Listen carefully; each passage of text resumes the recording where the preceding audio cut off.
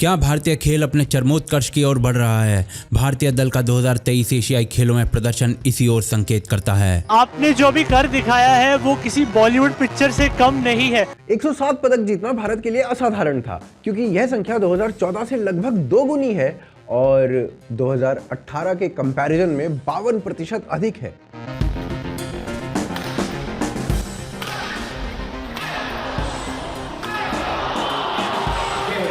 परंतु यह यात्रा सरल नहीं रही। निकट भूतकाल का एक समय ऐसा था जब भारतीय खिलाड़ी अपनी दौड़ पूरी किए बिना ही क्रीड़ा स्थल पर बैठ जाते थे। भारतीय कोच अपने ही खिलाड़ियों के हारने की प्रार्थना करते थे और भारतीय अधिकारियों के लिए खेल आयोजन हवस, काम और वासना पूरा करने के अड्डे थे।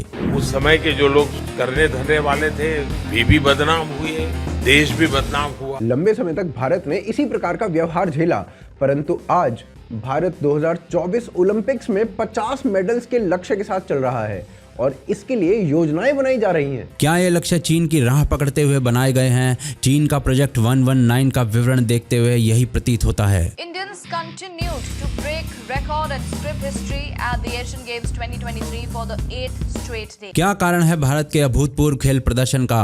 तुक्का या प्रचंड पुरुषार्थ? कैसे खिलाड़ी और सरकारें खेल संसार का तख्ता पलट कर रही हैं? भारत का प्रदर्शन आज तक इतना दयनीय क्यों रहा और क्या भारत 100 नीरज चोपड़ा पैदा करने की राह पर चल रहा है? जानेंगे आज द रेड फाइल्स के इस प्रकरण में। हमारा समर्पण आकर्षक है तो चैनल को सब्सक्राइब कर लें।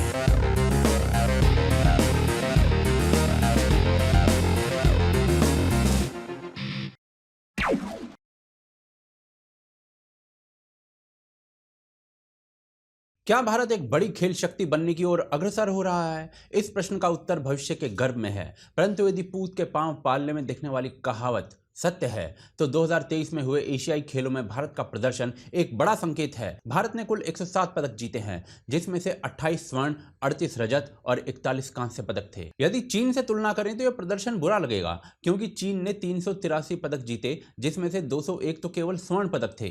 वहीं कोरिया 42 स्वर्ण पदकों के साथ 190 पदक जीतकर तीसरे स्थान पर रही थी, परंतु भारत चौथे स्थान पर था और ऐसा पहली बार हुआ। यदि इससे पहले के एशियाई खेलों में भारत का प्रदर्शन देखें तो 1986 से लेकर 2002 तक भारत 20 से 35 पदकों के बीच तक ही रहता था। 1990 के एशियाई खेलों में भारत 11वें स्थान पर था और पाकिस्तान, ईरान, नॉर्थ कोरिया जैसे देश भारत से कहीं आगे थे। 2014 में भारत ने 57 मेडल जीते, जो कि 1982 में जीते गए 57 मेडल्स के ही बराबर थे। 2018 में ये बढ़कर 70 हो गए और 2023 में 107, यानी 2014 से लगभग दुगने पदक, और इसी कारण यह प्रदर्शन रेखांकित किया जा रहा है। कैसे प्राप्त किया भारत ने यह? इसे जानने से पहले भारत की स्थिति पहले क्या थी वह जानना अनिवार्य है। 1990 में बीजिंग में एशियाई खेल हुए और भारत का जो प्रदर्शन रहा उसे बताने के लिए शेखर गुप्ता ने इंडिया टुडे में एक आर्टिकल लिखा था, एक लेख लिखा था। शीर्षक था कि भारतीय खिलाड़ी अत्यंत बुरा खेले,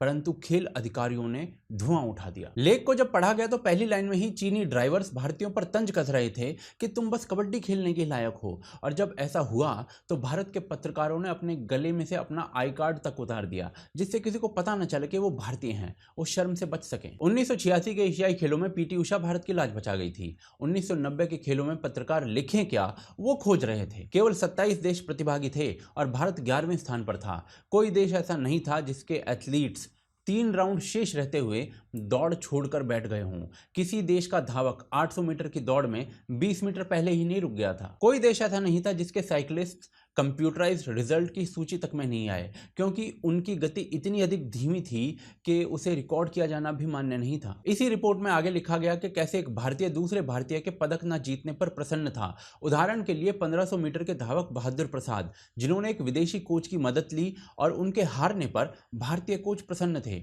और एक कोच ने कहा कि बहादुर प्रसाद आतंकवादी हैं। कोच अपने खिलाड़ी को हारने का श्राप दे रहा था। खिलाड़ियों ने अपनी प्रतियोगिता में दौड़ने तक से मना कर दिया था, ये कहते हुए कि क्या ही करेंगे दौड़कर, जिस दौड़ में पदक आना था उसमें तो आया नहीं, अब इसमें दौड़ के क्या लाभ। खिलाड़ियों से आगे अधिकारियों पर चलते हैं। क्या आपको विश्वास हो सकता है इस बात पर कि उस समय भारत के 2 ओलंपिक एसोसिएशंस थे। दोनों धड़े जो थे वो चीन गए थे, दोनों को पास मिले थे। पाकिस्तानी भारत का उपहास कर रहे थे कि अगली बार 2 हॉकी टीम भी लेकर आ जाना। चीन में भारतीय दूतावास को समझ नहीं आ रहा था कि सम्मान के लिए कौन से ओलंपिक एसोसिएशन को बुलाएं। सुरेश कलमाड़ी करदाता के पैसों पर चीन के अति महंगे होटल में 25 कमरे बुक करके बैठे थे और विवाद खड़ा करने वाली पार्टी कर रहे थे। एक अधिकारी कहता है कि हमारा एक खिलाड़ी सेमीफाइनल में है, अब कांस्य पदक तो मिल ही जाएगा। पत्रकार ने पूछा कि स्वर्ण पदक का ही प्रयास कर लीजिए सर। अधिकारी बोले, ओए छड्डो जी, वो तो पाकिस्तान को मिलेगा। यह केवल एक एशियाई खेल या एक ओलंपिक का दृश्य नहीं था। भारत के खिलाड़ी विजय के लिए नहीं जाते थे, केवल प्रतिस्पर्धा के लिए जाते थे और उसे भी वो मध्य में छोड़ देते थे। खेल अधिकारी अपनी वासना पूरी करने जाते थे और खेलों में राजनीति का हस्तक्षेप इतना था कि कई कई ओलंपिक एसोसिएशन बन गई थी और इसी कारण पाकिस्तान जैसे देश भारत को पछाड़ रहे थे। भारत की यह स्थिति 1990 से पहले और आने वाले वर्षों में भी यही रही, परंतु आज भारत एक नया रूप दिखा रहा है। कैसे, वो आगे देखते हैं।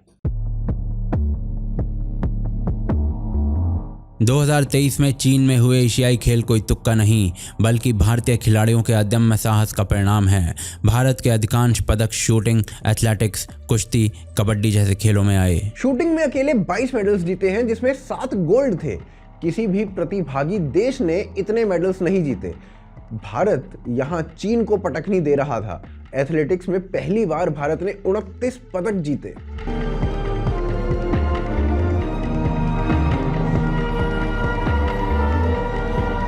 ओलंपिक, कॉमनवेल्थ, बैडमिंटन या क्रिकेट, भारत आज कई खेलों में और कई स्थानों पर अच्छा कर रहा है, परंतु इतने समय तक भारत के बुरे प्रदर्शन का सबसे मुख्य कारण क्या था? खेल हम भारतीयों की पूरी प्रकृति, भारत की संपूर्ण संस्कृति के विरुद्ध हैं। यह संवाद किसी सामान्य मनुष्य का नहीं, बल्कि अश्वनी कुमार नाम के व्यक्ति ने 1980 में दिया था, जब वो भारत की इंटरनेशनल ओलंपिक समिति के रिप्रेजेंटेटिव थे। यदि यह संवाद भारतीय खेल के सबसे बड़े अधिकारी स्थापित कर रहे थे, तो भारतीय खिलाड़ियों से क्या ही उम्मीद की जा सकती थी। परंतु क्या यह सत्य है? क्या भारत में खेल की संस्कृति नहीं रही, और यदि थी तो वो कैसे बर्बाद हुई? वो आगे देखते हैं। इतिहासज्ञ ए.एल. बासम की लिखी किताब the wonder that was India के अनुसार मध्यकाल में पोलो जैसा एक खेल भारत में प्रसिद्ध था। इसके अतिरिक्त हॉकी जैसा एक खेल भी खेला जाता था। एथलेटिक्स पर उतना अधिक ध्यान नहीं था। इसके अलावा बॉक्सिंग और रेसलिंग जैसे खेल प्रसिद्ध थे। इसके अतिरिक्त तीरंदाजी भी खेला जाता था। इतिहासज्ञ C.W. हैकन स्मिथ के अनुसार भारत में कुश्ती, योग, पोलो और बॉल से खेले जाने वाले कई खेल थे। मुगल काल में खेले जा रहे एक पोलो के खेल का चित्र आप देख भी सकते हैं। इस सूची को देखकर और इन बातों को सुनकर ये तो नहीं कहा जा सकता कि भारत खेल को लेकर ग्रीस की तरह उत्सुक था, परंतु यह कहना कि भारत में खेल की संस्कृति ही नहीं थी, ये समझ से परे है। अब 1947 के बाद के समय में आ जाते हैं। भारत स्वाधीन हुआ था, गरीबी अत्यधिक थी, खेल जैसा क्षेत्र सरकार की सूची में अत्यंत नीचे था और प्रथम प्लान में सरकार ने केवल 1.5 लाख रुपए खेल के विकास के लिए रखे थे।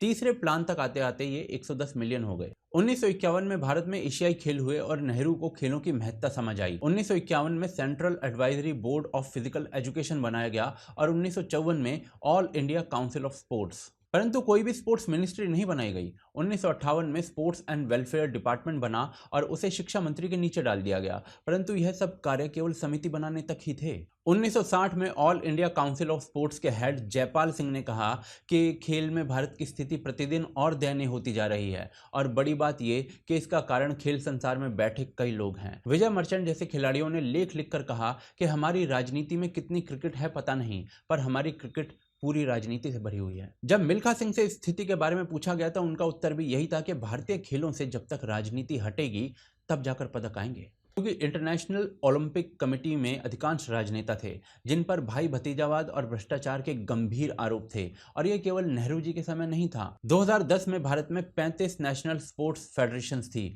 जिनमें से 10 राजनेता चला रहे थे। 2010 में ही हुए कॉमनवेल्थ गेम्स में इन्हीं राजनेताओं पर भयंकर भ्रष्टाचार के आरोप लगे और ये जेल तक गए। 2011 में अजय मैकन एक बिल लेकर आए जिसके अनुसार कोई भी स्पोर्ट्स बॉडी के 25% सदस्य खिलाड़ी होना अनिवार्य थे। राजनेताओं ने इसे पास ही नहीं होने दिया। इसके अतिरिक्त पहले किसी भी खेल की संस्था ने खिलाड़ियों को इतना पैसा भी नहीं दिया कि वो अपना परिवार चला सकें। इसके लिए उन्हें अलग से नौकरी करनी पड़ती थी, तो खेल का समय कहां से निकलता। दूसरी ओर एक समय तक भारत बहुत ही गरीब था और समाजवादी सोच के साथ आगे बढ़ रहा था, जहां धन पैदा करने वालों को गाली दी जाती थी। ऐसे में खेल पर अधिक व्यय करना भारत में चुनाव में हानि तक पहुंचा सकता था। चीन की स्थिति भी कभी ऐसी ही थी, परंतु चीन में चुनावी डर नहीं था। बस यही राजनीति भारतीय खेल को खा गई, परंतु इसमें परिवर्तन कैसे हुआ वो आगे देखते हैं। खेल जगत में कोई भी परिवर्तन अकस्मात नहीं होता और भारत जैसे देशों में तो कतई नहीं, जहां राजनीति की जड़ें खिलाड़ियों के व्यक्तिगत जीवन तक को प्रभावित करती हैं। सन 2000 में भारत एक कांस्य पदक के साथ लौटा और विश्व में गूंज सुनाई दी, नन इन अ बिलियन, यानी 100 करोड़ में से भारत एक स्वर्ण विजेता पैदा नहीं कर पाया। Lots of improvement from the support from the government, from the central government and from the state governments, because when I started my career and when I see it now, there's been a huge improvement in support. We are getting support to go for a lot of competitions. Earlier we used to go 1 or 2, but right now I'm going for all tournaments. So that's a real big boost for me and for the entire fencing team, because I talk about the fencing because the support has been increased tremendously. 2001 से 2010 के मध्य कुछ परिवर्तन आने लगा था। साइना नेहवाल, सुशील कुमार, अभिनव बिंद्रा, योगेश्वर दत्त जैसे खिलाड़ी individual खेलों में अच्छा प्रदर्शन कर रहे थे। यह प्रयास जहां एक और खिलाड़ियों का इंडिविजुअल लेवल पर था, वहीं हरियाणा जैसी राज्य सरकारें खिलाड़ियों को अच्छा प्रोत्साहन दे रही थी। परंतु दूसरी ओर 2010 में कॉमनवेल्थ खेलों में घोटाले हो रहे थे। सोचिए, अंतर्राष्ट्रीय मानकों वाली जो ट्रेडमिल ज्यादा से ज्यादा 1 लाख रुपए किराए पर 1.5 महीने के लिए ली जा सकती थी, उसके लिए 9,75,000 रुपए किराया चुकाने की योजना को हरी झंडी कैसे मिल गई? पिछले कुछ वर्षों में भारत में एक नए इकोसिस्टम ने जन्म लिया। नेशनल गेम्स एक अवधि के पश्चात होते थे। 2018 में खेलो इंडिया का आरंभ हुआ और अब यह हर वर्ष हो रहा है, जिसमें रिकॉर्ड प्रतिभागी आ रहे हैं, जिसे दूरदर्शन, स्टार स्पोर्ट्स, सोनी या जियो जैसे माध्यमों से लाइव दिखाया जाता है। 2023 एशियाई खेलों में 107 में से 40 पदक खेलो इंडिया प्रतियोगिता की खोज है। इसके अतिरिक्त टॉप्स यानी टारगेट ओलंपिक पोडियम जैसी स्कीम्स, जिसमें भारत के टॉप के एथलीट्स को चिन्हित करके विश्व की बेस्ट फैसिलिटीज, कोचेस या ट्रेनिंग की व्यवस्था की जाती है। भारत के पुराने एथलीट्स इस प्रकार की सुविधाओं से जूझ रहे होते थे। This is for the first time it's happening like that. During our time, even our sports minister was just a visitor during Olympics in Olympic Village. Even after coming, winning a world championship medal, see, no one was there. Like, yeah, India celebrated it in a bigger way, but ministry said no, like nothing big. Yes, of course, our prime minister congratulated me, but see, otherwise, nothing was there. But this time, even before the games, our prime minister himself, he is calling our athletes, talking them one-to-one and interacting with them and encouraging them. See, something big is happening in India. A lot of changes. Absolutely. I am really missing all those fun and opportunities. Tops junior 11 से 14 वर्ष के बच्चों के लिए launch की जा रही है, जो कि गेम चेंजिंग प्रमाणित हो सकती है। खेलो इंडिया के अंतर्गत 1000 से अधिक खेलो इंडिया सेंटर्स बनाए जा रहे हैं और सरकारी स्तर पर खिलाड़ियों के रिटायर होने के पश्चात उनका ध्यान रखा जा रहा है। खेलो India must become a way of life. It must reach nook and corner of the country. ये कदम खेलों की स्थिति पहले से अच्छी करने के लिए पर्याप्त हो सकते हैं, परंतु क्या ये कदम 100 नीरज चोपड़ा पैदा कर सकते हैं, वो आगे देखते हैं। 1984 में चीन ने प्रथम स्वर्ण पदक जीता ओलंपिक्स में। 1988 में चीन 11वें स्थान पर था ओलंपिक पदक तालिका में। सन 2000 में तीसरे स्थान पर 58 पदकों के साथ। कदाचित 15 वर्षों में इस स्तर तक पहुंचकर चीन चैन की सांस ले सकता था, परंतु ऐसा हुआ नहीं। 2001 में चीन को 2008 के बीजिंग ओलंपिक्स का उत्तरदायित्व मिला और चीन सरकार ने प्रोजेक्ट 119 बनाया, यानी 119 पदकों का लक्ष्य। खेल चुने गए, वाटर स्पोर्ट्स, एथलेटिक्स, इनमें अरबों डॉलर फूंके गए। बच्चों के लिए क्रीड़ा स्थल और कोचिंग का प्रबंध किया गया। चीन 100 मेडल जीत पाया और अमेरिका 112। पदक तालिका में चीन पहले स्थान पर था। भारत ने 2023 में हुए एशियाई खेलों में अपने द्वारा लाए जा रहे पदकों की संख्या को अप्रत्याशित रूप से बढ़ाया है। 2014 से तुलना करें तो लगभग दुगना। क्या यह दुष्कर कार्य ओलंपिक्स में भी किया जा सकता है? 2016 में भारत एक गणना के अनुसार एक एथलीट पर प्रतिदिन 3 पैसे ऑन एन एवरेज व्यय कर रहा था। इसकी तुलना में यूएसए 22 रुपये व्यय कर रहा था। यूके भारत से 16 गुना अधिक और जमैका जैसे देश भारत से 6 गुना अधिक खिलाड़ियों पर व्यय कर रहे थे। 2016 में भारत का खेल बजट 1400 करोड़ था, आज 2.5 गुना बढ़कर 3400 करोड़ हो गया है। यदि चीन यूएसए से तुलना करें तो अभी भी बहुत कम है। भारत ने 2024 ओलंपिक्स में 50 पदकों का लक्ष्य रखा था, नीति आयोग द्वारा बनाई गई एक योजना को माने तो। 2023 में हुए एशियाई खेलों के प्रदर्शन से तो लगता है कि भारत ओलंपिक्स में भी बेहतर करेगा, परंतु 50 मेडल्स का लक्ष्य अभी दूर लगता है। इसके लिए कई स्तर पर कार्य की आवश्यकता है, जैसे कि खिलाड़ी को जूनियर स्तर पर ही प्राइवेट सेक्टर्स की सहभागिता मिलनी चाहिए, जिससे कि ट्रेनिंग में दिक्कत ना हो। स्पोर्ट्स साइंस जैसे विषयों पर शोध होना चाहिए। बाकी विश्व स्तरीय इंफ्रास्ट्रक्चर या ट्रेनिंग फैसिलिटी तो मस्ट है ही। 100 नीरज चोपड़ा पैदा करना और भी कठिन कार्य है, परंतु एक समय था जब भारत के खिलाड़ी मैदान छोड़कर बैठ जाते थे। राजनीति लज्जाजनक रूप से खेल का अंग थी। आज स्थिति में परिवर्तन है। 20 पदकों से 107 पदकों तक की है यात्रा है, परंतु भारत सही दिशा में बढ़ रहा है और एक खेल महाशक्ति बनने का दृढ़ निश्चय करके बैठा है। इतना तय है। क्या भारत इस लक्ष्य को प्राप्त कर पाएगा और भारत को इस लक्ष्य को प्राप्त करने के लिए क्या क्या करना चाहिए, कमेंट्स करके बताइए। चैनल को सब्सक्राइब करें और वीडियो को शेयर अवश्य करें। सपोर्ट करें यूपीआई के माध्यम से। स्कैन कोड और डिटेल्स आपको स्क्रीन और डिस्क्रिप्शन में दिख जाएंगे। यदि रेड फाइल्स का ये अंक अच्छा लगा तो स्क्रीन पर दिख रहा दूसरा प्रकरण अवश्य देखें, वो आपको और अच्छा लगेगा। अगले सप्ताह पुनः मिलते हैं अगले एक और विनाशक प्रकरण में।